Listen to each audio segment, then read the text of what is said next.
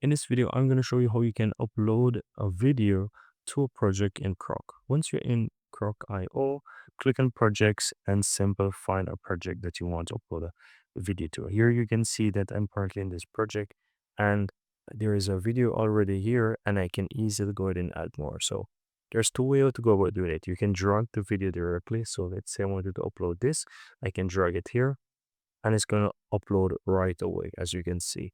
Another way, if you want to upload multiple videos at the same time, you can easily select multiple videos, click it and drag it there, and you can choose the option to combine the videos or just choose create separate stage. This is going to ensure that the videos are uploaded separately, and so that's going to upload different videos in the same folder.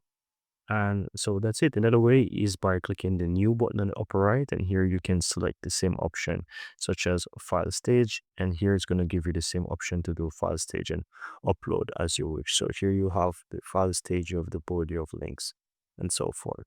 But that's it, guys. Very easy and very simple.